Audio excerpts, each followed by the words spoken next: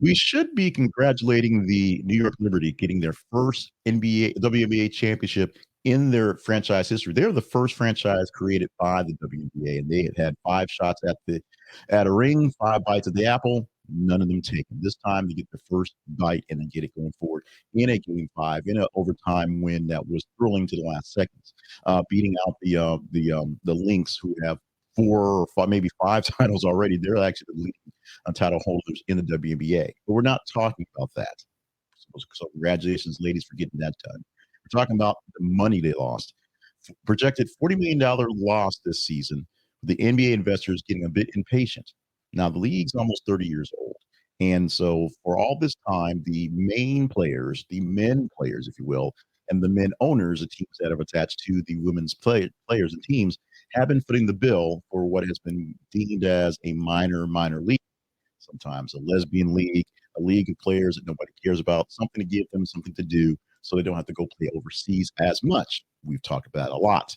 But right now, not losing $50 million, or losing $40 million in his tenure is much better going forward. The problem is, this is the seasons, particularly in the last couple of seasons leading up to the drafting of Caitlin Clark and Angel Reese and those folks coming into the league.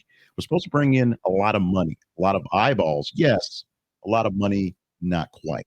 Only losing $10 million less than you thought you're going to lose is not actually great business. It's better business, but not great. The people who actually fund this league are looking for something to come out of this one. Many minor league leagues and many major minor league leagues have folded, refolded. How many? We talk about a new football secondary league every single year because they try to do it and it don't make no money.